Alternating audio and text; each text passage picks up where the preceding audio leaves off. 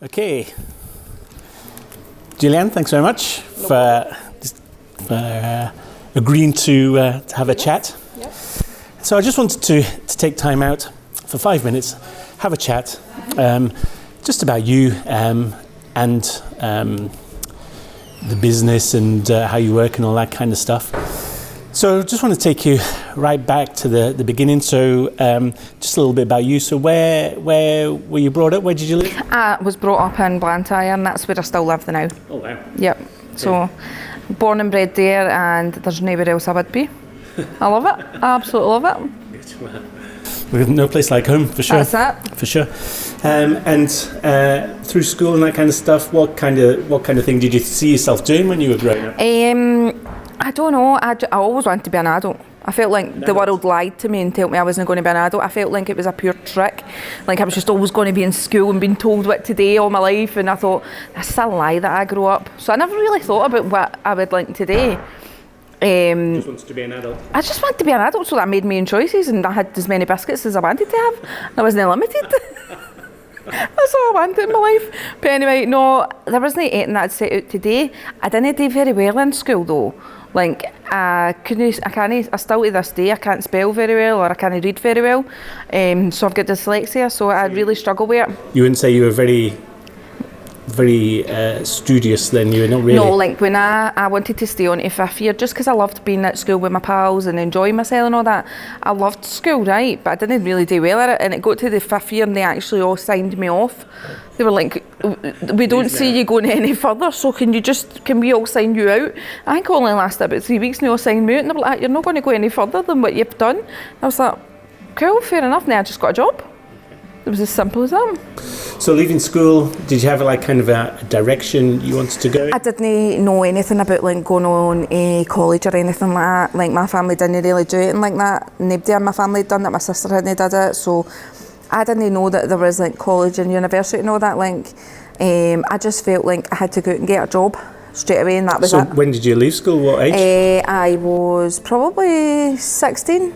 16 I would have been, and I got a job in retail, and I worked in a shop. It was called MX Active, years and obviously moons and moons ago, and I absolutely thrived and I loved it because I love talking to people and stuff, so I really enjoyed it. But it was like minimum wage and all that, but you know what I mean, like I was living with my mum and that, so I was like, it's just this is what it is, and I did enjoy it. I just always thought that you just left school, got a job, and that was it. Looked after yourself. So good, yeah.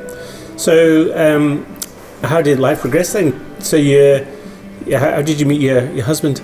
So for a long time I was on my own and I was in my own flat because I left my mum's when I was like 17.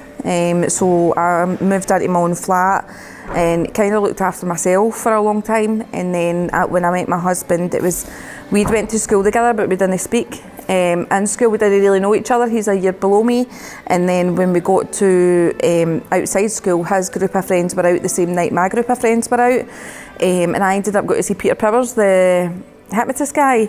So I'd only got to briefly speak to him for a couple of minutes, so I left that, went to Peter Powers, and then during the night I thought, I'll send him a wee message. So I sent him a wee message and that was it. I sent him a wee senorita woman dancing. That was it, the rest is history. And then we met and we were married within a year, and I was pregnant within like 3 months. Oh, wow. Aye, and that will be 10 years married this year, so it worked. Where did you get married? Where did you have your wedding? We get married in Hamilton Registry Office. We never told a soul. It was just us, two witnesses, and Rebecca, my wee girl.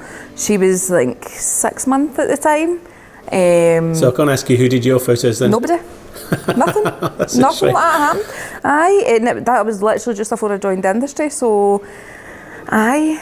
But we're 10 years this year, and I always says we'll get something done, we'll sort it out, and nah, you just don't get in there, do you know? It's funny, yeah. Aye. It's like the tiler that never tiles his own house. Yeah, you just don't do it. Pretty much. So how did you get into wedding photography then? So it was child photography first. I did loads of children, like cake smashes, newborns, did some nurseries. So how did that come about? I got a camera because I'd had Rebecca. And Were you given it or did you go buy yeah, it? so I was given it by my husband Ryan. He gave it to me because he was like, I know you love he's taking he's the reason why you're in this then? Pretty much, right. He was like, you can take photos of Rebecca and stuff like that. I know you love to do it on your phone, but here you go. And it was a Nikon. I can't remember what one it was, but it was a wee Nikon, and I thought I was the bee's knees. I thought it was pure brilliant. Pop-up flash and everything. I was like, I'm making a big time, yeah. So I loved it. Loads of people used to ask me to take pictures of their kids and stuff. So it just So you started grew arms off and legs. doing your kids? Yes. Rebecca was and then very people photogenic. would see that and then say, hey, can you do our kids? Aye. I get a lot of modelling companies wanting Rebecca to use Rebecca for photos and stuff. She is still and always has been. She's a very beautiful girl, and like she has model material. She has everything. She's got it all. So photographing her was like a dream. So it was always something that I did a lot, because she was just constant smile on the face and stuff. So I was always taking photos there. And then friends would ask, will you do it for me? And then it kept going and kept going. And then it got to the stage that I was doing nurseries and loads. So by this point, was that then full time? Yeah, full time. So I left my job when I had my wee boy, and I had my wee boy 2 years after my girl. So I didn't go back after the maternity leave of that one. Right. So that was the change of that was the big change. Going. Yep. And my studio was in my home, so I felt like my full home was up in the air when I did stuff. I felt like my kids, because they would be out obviously when I was doing studio stuff and that, and I was like, oh, this is a bit rotten, I don't want that for them. Like, this is their home, and I was either get a studio or just work outside. And I love outside. I feel like you get the best out of people out there, especially kids and that. So I started doing outdoor photography.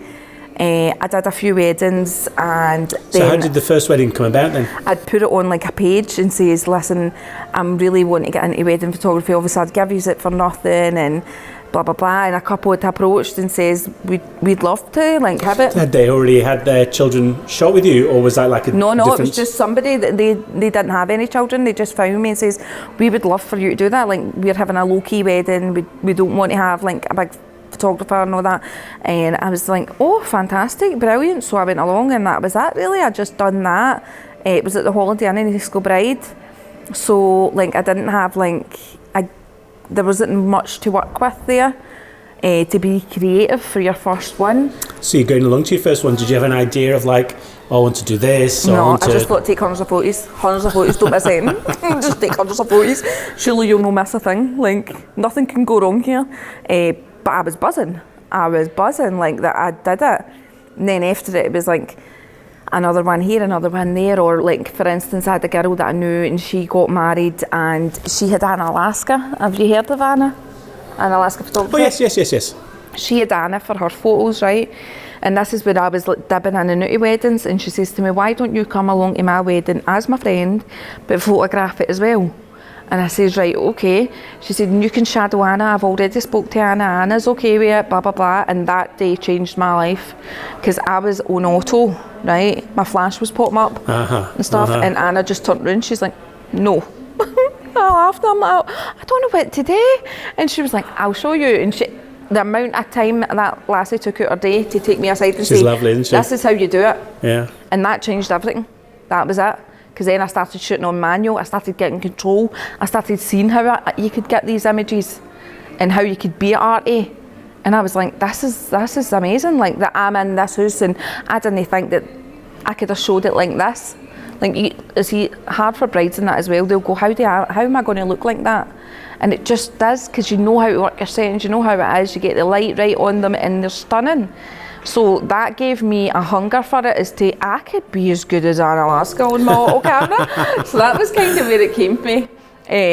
But I remember shouting at her that day, because I was like, it started to rain, and I was like, get the brolly. And she was like, what do you mean?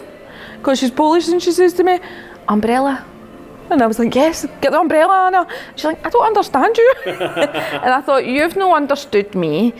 And we've both had a little language barrier to start off with, but you've still took time out your day to take a minute and say to me, this is how we would do it. She's such a good person, Yeah, she's just lovely. So I would never be where I am without her. And she's see, when I tell people, and people say to her, oh, Julieann had said that you'd taken her out and la la la, she's I can't believe that she believes that that's how she is what she is because of it. No, but it's it is true. Yeah, absolutely. It's funny, the little 100%. things you do, you don't realise what consequences that leads on to. Yeah, she So, helped me big time. 10 years in the trade. Yeah. How would you describe your photo style? Natural. I would say it's very, very natural. Relaxed, and it has to tell a story. So I like to say that it's like a natural way of telling your story through my images. I wouldn't say I'm a posed person. I like to direct. I'll tell you if you had to put your shoulders back, I'll direct the formals. But other than that, you'll find me basically just letting you have a wee laugh and be used. So I'm no into posed, I'm not into hours of photos, I'm more into the cuddle that you give your granny after ceremony. That'll mean more to you than the one where she's standing next to you. Yeah. So that's what I'm after. Right. So that's the moments that I So chase all day. lots of photos, lots of shooting. Yes. Now you're quite prevalent on, I don't know, is it TikTok or you're very, you're very. It's hard not to see you on TikTok because you're very prevalent with your postings. So is that something you enjoy, or what do you think that's? I've went through times where I've wanted to delete it and never do it. And I've also went through times where I've thought to myself, this isn't worth the hassle, but people don't see the hassle side of it. So that's where I'm like, right, okay. So they're not seeing the hassle side of it, but I do, because I filter all my comments, so I have to accept everyone. So I'm the only one seeing the backlash and the badness. Nobody else is seeing it out there, right? So some of the times I can post a video and the anxiety of posting a video makes me feel ill, and I'm like, well, that's not worth it. But then I'll get feedback from people saying, you helped me because you posted that, and I think, right, okay, that's all I needed. You're very Marmite, so people like love you or they hate you kind of thing. You have that persona that people love you or they're like, oh my God, which I assume comes from the TikToks or whatever that you put out. So a lot of people in the industry might not like me either, and I do get that quite a lot, just maybe people thinking, well, she shouldn't be speaking up, she shouldn't say this. Due to business wise, they're thinking with the business head on, but I always think about my couples, I always think about what's best for them, and I think, right, well, I know that this is going to benefit them, me putting this up or whatever, but when I get through the stage of getting the abuse on it, I'll say to my husband, I'm like, this is terrible. He's like, but you've got to understand, you are putting yourself out there, you're putting yourself out there for that. I know, I'm like, but I'm too soft for that. I'm so soft inside that I would crumble with all that sort of stuff going on. So I'm trying to say, listen, I don't want the abuse. And he's like, I know, but you need to take the good with the bad, and that's something that I'm still struggling with.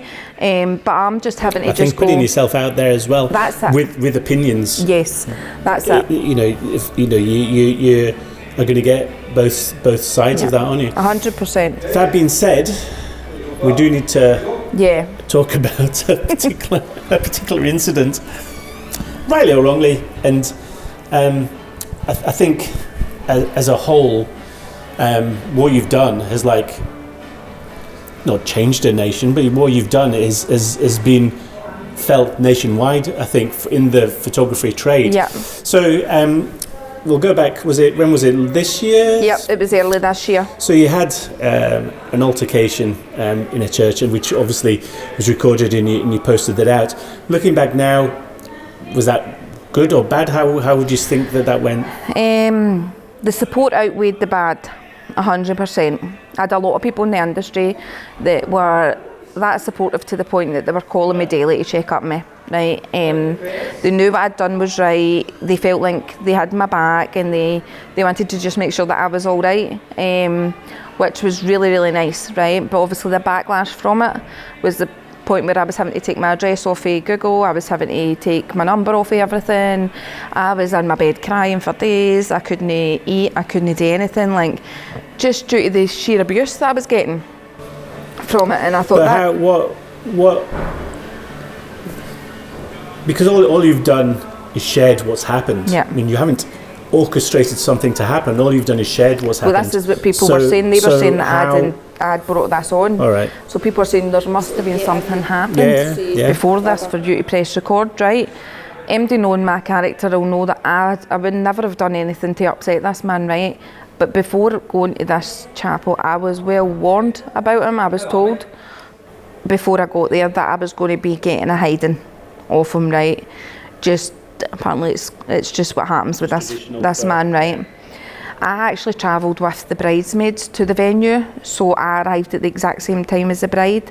We all arrived at the same time, so I had a couple of seconds to get in, to basically get in and say whatever. So as I got in, he approached me straight away and he basically says to me, no, we'll not be having any of this. And he's like, this paparazzi, like, because I had 2 cameras at the side of me and stuff, and he was like, basically, I don't want to see you and I don't want to hear you. Exactly. Right? And I was like, am I all right to take pictures of her coming down the aisle? And he's like, no, I'm in charge here. Like, you'll stand at the back and basically do as you're told. But my fear was this, the bride's dad wasn't keeping very well, so we didn't know if he was going to walk her down the aisle or no. And he was standing at the top of the aisle ready to walk her down, and I thought, I can't miss this. What if this is all he can, like, if he's going to walk her down this aisle, I really need to capture it, but I'll do it respectfully. You don't go on the altar at these weddings, you know, that we know where we can go and where we can't go. It was to the point that it was just pure and utter, like, just kept intimidating me. He was looking at me the full time. What I posted was only a tiny bit of it. So if you to watch the full thing, you can see how intimidating he is towards me. And then I found out after it, when I was outside getting photographs, somebody came out and says to me, don't go back in there. He's looking for you. And I was like, I'm out here, like, I'm not hiding for anybody, so I don't understand it. But it was just a bit madness. What was your thinking before putting that up? Because obviously you're like, oh, I'm just going to record it, and then you thought, you know, the actual, because it's having it recorded is one thing, but then actually putting it out into the public area. So the reason I started recording in the chapel was because of the way he was behaving with me, and I needed a wee bit of evidence to, if I couldn't get any photos, I wanted to be able to prove to the couple, kind of. Yes, that is basically it, because after it is your word against theirs. And I thought, what if I can't get photos? Then I've got evidence that he's not allowing me to, and right? So that's why I started recording, right? After it, I spoke to quite a good people in the industry, and I was like, what do you think? Is it a good idea? Is it not a good idea? And they were like, we'll all be behind you. We've all been through it. It's a shock to the world, of course, right? It's not a shock to us, unfortunately. We have to deal with this all the time, like, and that's what's shocking about it. So people don't understand that we have to deal with that all the time. But the shock that put into the world was wild. It was really, really bad. I was getting phone calls off his family. I was having voicemails. It was a lot. What was the feeling that you, just because you'd posted this, or because I'd posted it, because you'd goaded him into doing it, or what? Well, people were saying I've obviously brought this on. That this is not like him, this is not his nature, blah blah blah. But then there was also a million stories of people saying this is exactly what he's like. And this led to a UK-wide debate. Yes. Then it was on the news, it was on the radio. It was a girl down south that picked it up and then started running with it. But it was instigated from the TikTok, from this, wasn't it? So I mean, and you know, it was felt within the photography world quite strongly that someone had actually spoken out about this and actually done something about this, which was, which was kind of a real step forward. That so many people felt that had this issue. What I feel like the video done was, I feel like it opened a lot of people's eyes to what it is like for us as suppliers, and it also basically showed that we can be restricted. Whether they maybe say that we're not allowed, we are. They might tell the couple we're not restricted, but we are. I felt like it put out a big message. It done what it was supposed to do. It highlighted it to everybody. It showed, I bet there's a lot of couples out there that have maybe went back to a videographer or photographer and says, I've not got this. And they've maybe never believed them. Right? They've never maybe believed the story of them saying, listen, it's because somebody didn't allow us to do it and there was restrictions in place. They've maybe not believed that, and now they might. Absolutely. We're not there to be bad people. We are very mindful. Yes, absolutely. Yeah. We are there to stand back, and we only want the best for everybody. And having worked with you today, you're thinking about the ceremony. I mean, you weren't really round the front. No. Very much. No, I mean, I've seen photographers a lot more prominent around the ceremony area. And that was with than a yourself celebrant today. Yeah, exactly. I'm always behind the video. I'll always be behind the video because I would never go in front of it, because I feel like you want the video to look like photos isn't there, and vice versa. So you can see that you're not intrusive at all, really. So, even when I'm given the chance to be. Like, I would never be like that, and because I've been in it that long, so many people know that is not my nature, and that's not how I would have been. And subsequently since, so there was a story in the newspaper, was it the Daily Record or something, with the same fella doing the same stuff, really. And he'd been recorded berating somebody. So the only thing I does kind of vindicate you a little bit. It does. It helps me, because people then go, well, it's happening there. But what I feel like I've gave women an MD courage to record them now, because they shouldn't be spoke to or dealt with like that way, right? But also from this, which kind of concerned me as well. And when I saw the original video, I did wonder that you've actually lost bookings through this. So couples have actually cancelled you because of this for pressures, or because of their beliefs or whatever. But people have actually cancelled you, and you've actually lost business for this. I did understand the people that did cancel. I was very mindful of it. I knew I was going to be up against that. And I always believe everything happens for a reason and stuff like that. So I just think, so I had a couple that were basically worrying that I was going to be more of the attention than them when they were getting married, because maybe everybody would be looking to see if it wasn't the same priest, right, that would be marrying them. But he's like, what if they're looking at you, looking at the priest in your altercations, basically, then us getting married. Something's going to happen. And I says, I don't want that for MD. I says, and if it's causing, I say it to all my people, see if it's causing you anxiety, you have to change it. It's the way it is. So we had a lovely phone call, we got it all sorted, and they've got a beautiful photographer, and they'll be in the best of hands. And that's all that matters to me. To be fair, to like flip it around a little bit, I've done, I think at the beginning of this year, I had like 4 or 5, and they were all like church weddings, and then the reception somewhere else. And everyone was like fantastic, you get some great ones. It's a shame. We have, I remember a few, like one guy was like, set up, any way you like, do it, but you're going to be mindful anyway. But like yourself, you always go in, you always ask the question, what can we do, where can we be, what can we do, because you go into that arena respectful of what it is, which of course. Well, best of luck for your future. Thanks for chatting.